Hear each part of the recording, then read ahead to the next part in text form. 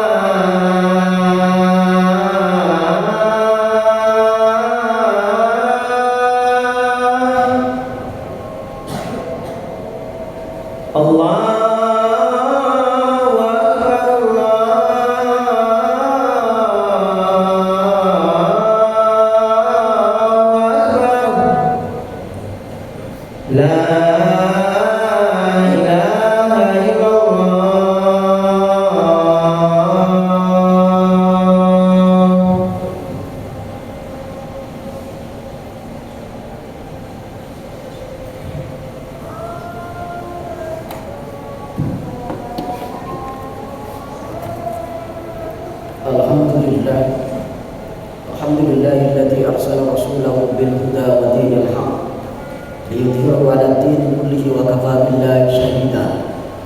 Asyhadu an la ilaha illallah wahdahu la syarika lah wa asyhadu anna sayyidana Muhammadan 'abduhu wa rasuluhu la nabiyya ba'dahu. Allahumma shalli wa sallim wa barik wa 'azzim 'ala sayyidina Muhammadin wa 'ala alihi wa sahbihi ajma'in. Amma ba'du fa ya 'ibadallah ittaqullaha haqqa tuqatih wa la tamutunna illa wa antum muslimun. Usikum wa nafsi taqwallah faqad faza al-muttaqun.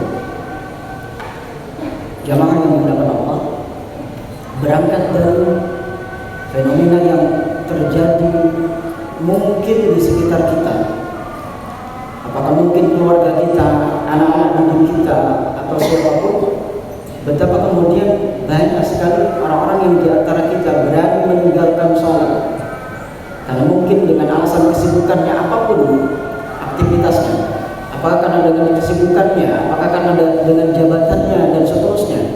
Padahal kita tahu Allah Subhanahu surah yang ke-98 ayat 5, Allah Subhanahu wa taala berfirman, Bismillahirrahmanirrahim, wa ma umiru illa liya'budullaha mukhlishina lahu ad-din khulafa wa yuqimus salata wa yutuz zakata wa dzalika dinul qayyimah. Ayat ini mengandung 3 hal. Yang pertama, bahwa tidak ada perintah kepada manusia kecuali hanya beribadah kepada Allah Subhanahu wa taala tanpa kemudian menyekutukan. Kemudian yang kedua adalah mendirikan sholat, melaksanakan sholat. Kemudian yang ketiga adalah menunaikan zakat ketika memang sudah dalam batas nisab, sudah dalam batas haul dan seterusnya. Bahkan hadis Rasul riwayat Imam At-Tirmidzi dari Jabir radhiyallahu anhu, bahkan Rasul secara tegas mengatakan al-ahdu bainana wa bainahum as-salat. Bahkan dalam redaksi lain al-farqu bainana wa bainahum as-salat. Perbedaan kita dengan umat selain kita dalam artian non muslim itu adalah salat. Faman tarakaha faqad kafar. Barang siapa yang kemudian berani meninggalkan sholat tanpa adanya uzur, maka dia dianggap kafir. Ini adalah yang kemudian secara tekstual diambil pendapatnya Imam Ahmad bin Hanbal, kemudian Sayyidina Ali bin Abi. Walaupun kalau kita lihat dalam berbagai riwayat, jumhur ulama mengatakan vonis kafir itu kalau memenuhi dua hal. Yang pertama adalah jahil, karena dia mungkin melawan, sholat nggak sholat, tetap saya saja begini, hidup saya tetap susah. Atau bahkan kemudian dia tidak percaya bahwa sholat wajib itu adalah wajib. Andai kata kemudian ini dipahami oleh seseorang, maka vonis kafir itu berlaku menurut jumhur ulama. Kemudian kita juga bisa melihat dalam satu hadis sahih, riwayat Al-Imam Khamsah, Imam Ahmad, kemudian Imam Abu Dawud, Imam Tirmidzi, Imam Nasai, Imam Ibnu Majah, Rasul bersabda, inna awwala, ini hadis dari Imam Abu Hurairah, inna awwala ma yuhasabu bihi al-'abdu yaumil qiyamah as-shalah al-maktubah. Hal yang pertama kali dihisab atau diperhitungkan di yaumul hisab dan yaumul akhirah nanti atau hari akhir nanti adalah tentang sholat wajib kita. Maka fa'in atamah, ini kalau sholat kita itu sempurna dari akil balik sampai meninggal, tidak ada yang ditinggal. Maka wa illam duruhan lahu min tatawwu'in, andai kata mungkin kita sholat kita yang wajib masih kurang sempurna, maka kemudian ditanya oleh malaikat, ada nggak sholat sunnah yang sudah kau lakukan? Fa'in kana lahu tatawwu'un ukmilatil fardhu min tatawwu'ihi, maka sholat sunnah yang dikerjakan itu bisa menambal atau menutupi sholat fardu yang ditinggalkan. Tsumma yuf'alu bisa'iril a'malil mafruḍah mithlu dzalika. Kemudian setelah sholat itu selesai, maka baru berlaku ibadah-ibadah lain. Artinya puasa kita andai kata kurang, puasa wajib kita, puasa Ramadan kita, puasa kafarah kita itu masih berkurang, maka bisa ditambal dengan puasa sunnah kita. Maka rajin-rajinlah puasa Senin Kemisnya, rajin-rajinlah puasa Arafahnya, puasa-puasa hari lain yang memang disyariatkan. Kenapa? Karena puasa tersebut bisa menambal dari puasa fardu yang mungkin kita kurang, atau mungkin zakat kita yang mungkin belum ditunaikan. Andai kita kemudian kita selalu bersedekah, sering bersedekah, maka sedekah tersebut bisa menambal daripada kewajiban zakat yang belum ditunaikan. Kemudian dalam hadis lain jemaah yang dimuliakan Allah, hadis riwayat Imam Ahmad, Imam At-Tabarani, kemudian Imam Ibnu Hibban bi isnadin jayyid dari Abdullah bin Umar bin Amr bin As, Rasul bersabda, man hafadha 'alaiha kanat lahu nuran wa burhanan wa najatan yaumil qiyamah. Barang siapa yang kemudian mampu menjaga sholat fardunya, maka di akhirat nanti dia memiliki nur, memiliki cahaya yang membuktikan bahwa dia termasuk ahli sholat. Kemudian wa burhanan, dan dia juga membawa burhan, itu adalah bukti kuat yang tidak terbantah. Andai kata kita sholat kita sempurna, sholat kita penuh, maka kita termasuk ahli surga. Kemudian kemudian wanajatan, dan itu sebagai penyelamat kita di akhirat nanti. Wa man lam yuhafid 'alaiha lam takun lahu nuran wala burhanan wala najatan. Dan barang siapa yang kemudian tidak mampu menjaga salatnya, maka di akhirat nanti dia tidak akan memiliki apapun. Cahaya dia tidak punya, bukti bahwa dia salat tidak punya, kemudian hal yang bisa menyelamatkan pun dia tidak punya. Wa kana yaumal qiyamati ma'a Qarun wa Fir'aun wa Haman wa Ubaydil Khalaq. Seseorang yang kemudian tidak mampu menjaga salatnya, maka di akhirat nanti dia akan berkumpul bersama dengan Fir'aun, berkumpul bersama dengan Qarun, berkumpul dengan Haman, dan berkumpul dengan Ubaydil Khalaq. Hadis ini kemudian jamaah sekalian disarahi oleh Imam Ibnul Qayyim Al-Jauzi, seorang ulama besar yang lahir tahun 510, wafat sekitar tahun 591, berbeda dengan Imam Ibnu Qayyim Al-Jauziyah. Karena Imam Ibnu Qayyim Al-Jauziyah itu beliau hidup di abad ke-8. Tafsiran beliau dalam menafsir, dalam mensarah hadis tersebut, beliau mengatakan tarikul muhafadzati 'ala sholati imma ayyusghilahu maluhu aw mulku aw riyasatu aw tijaratu. Seseorang pada umumnya berani meninggalkan salat itu karena mungkin kesibukannya mengurus hartanya, kesibukannya mengurus bisnisnya, kesibukannya karena mengurus jabatannya, dan seterusnya. Faman shaghalahu anha maluhu fa huwa ma'a Qarun. Barang siapa yang kemudian meninggalkan salat karena sibuknya mengurus hartanya, maka di akhirat nanti dia akan dikumpulkan bersama dengan Qarun. Wa man shaghalahu anha mulkuhu fa huwa ma'a Fir'aun.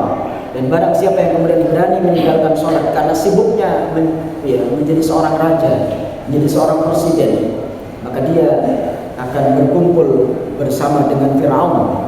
Wa man shaghalahu anha riyasatu wa wuzaratu fa huwa ma'a Haman. Dan barang siapa yang kemudian karena kesibukannya mengurus jabatannya, ke menteri atau panglima dan seterusnya, maka dia akan bersama dengan Haman. Kita tahu Haman adalah panglimanya Fir'aun. Wa man shaghalahu anha tijaratu fa huwa ma'a Ubaydil Khalaq.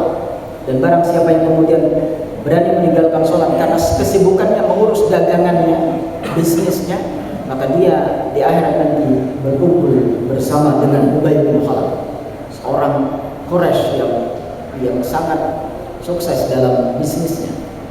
Jamaah yang dimuliakan Allah, sebagai penutup daripada khutbah ini, ada sebuah nasihat yang indah dari Sayyid Abdullah bin Alawi Al-Haddad. Bisa kita lihat dalam kitab Nasaihud Diniyah dalam halaman 31. Beliau mengatakan, kama yajibu 'alaika an tuhafidhu 'ala shalat.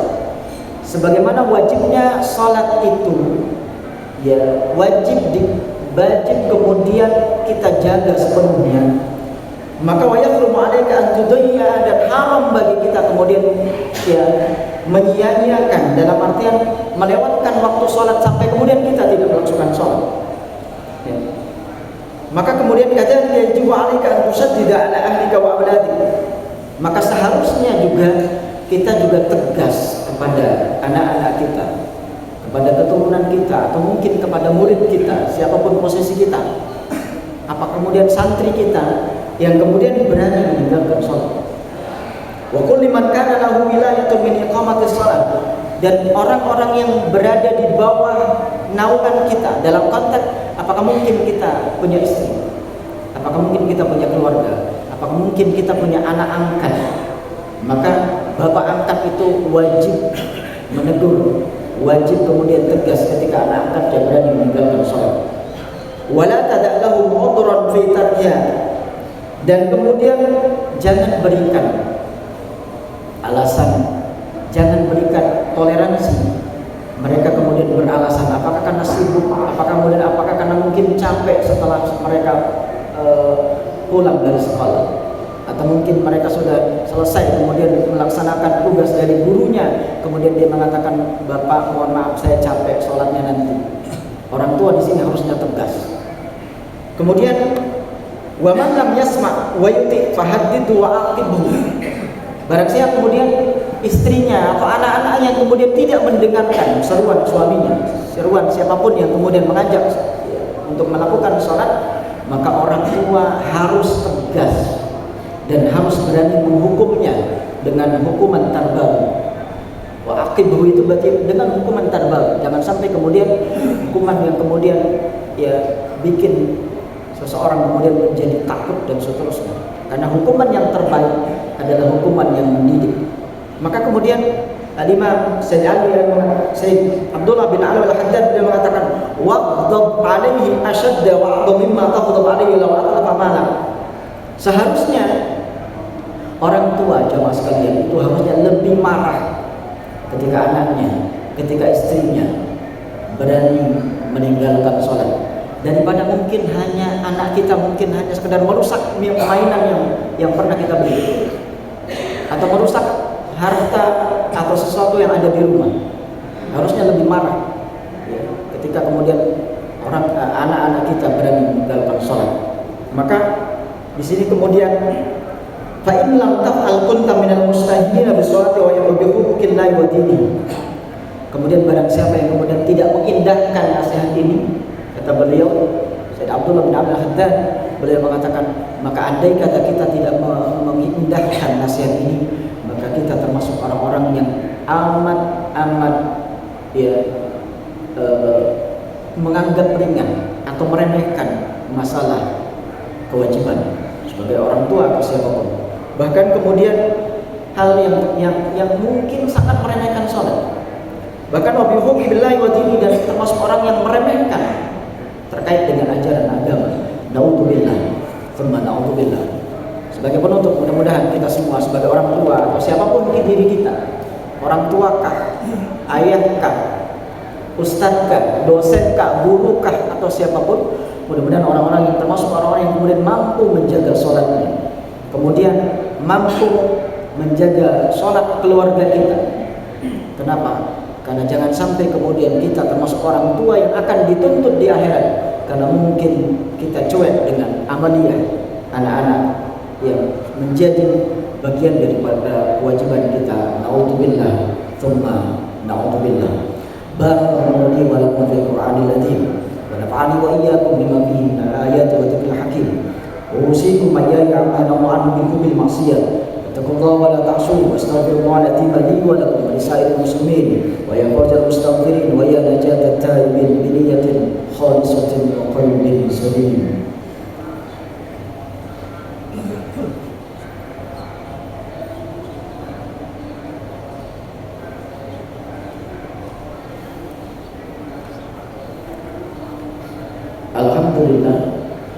Alhamdulillah hamdan kama amara. Asyhadu an la ilaha illallah wahdahu la syarika lahu irghaman liman jahada bihi wa kafar. Asyhadu anna sayyidana Muhammadan abduhu wa rasuluhu sayyidul insi wal bashar. Allahumma shalli wa sallim ala sayyidina Muhammadin wa ala alihi wa sahbihi man tasarat aynun bi nadar wa udhunun bi khabar.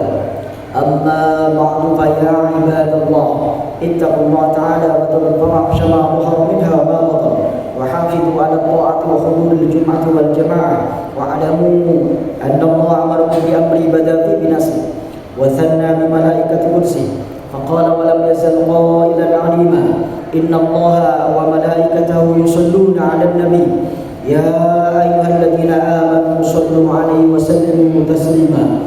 Allahumma shalli wa sallim ala sayyidina Muhammad wa ala ali sayyidina Muhammad kama shallaita ala sayyidina Ibrahim wa ala ali sayyidina Ibrahim fil alamin innaka Hamidum Majid. Allahumma arḍi 'anil khulafa'ir rasyidin alladziina qadaw bil haqqi wa kanu ya'dilun Abi Bakr wa Umar wa Uthman wa Ali wa sittatil mutammimin al-ashabil kiram wa sa'iri ashabi nabiyyika ajma'in wa man tabi'ahum bi ihsan ila yaumiddin. Allahumma la taj'al li ahadin minhum fi 'unuqina dhalama wa najjina bi hubbi min ahwali yaumil qiyamah. اللهم اعز الاسلام والمسلمين واحلق الكفره والمشركين وعلى كلمتك الى يوم الدين. اللهم امنا في دورنا واصلح ولاة امورنا واجعل اللهم ولايتنا لمن خافك واتقاك. اللهم اغفر للمسلمين والمسلمات والمؤمنين والمؤمنات الاحياء منهم والاموات برحمتك يا واهب العطيات. اللهم ادفع عنا الغلا والوباء والربا والزنا والزلازل والمحن وسوء الفتن ما ظهر منها وما بطن عن بلدنا هذا خاصة وعن سائر بلاد المسلمين عامة يا رب العالمين. ربنا آتنا في الدنيا حسنة وفي الآخرة حسنة وقنا عذاب النار. عباد الله Allah yaqulu lil insani taqullu wa yanha 'anil fahsya'i wal munkari wal baghi yad'ukum la'allakum tadhakkarun fadhkurullaha yadhkurkum washkuru 'ala ni'matihi was'aluhu min fadlihi wa la dhikrullahi akbar. Aqimus shalah. Allahu akbar, Allahu akbar, asyhadu an la ilaha illallah.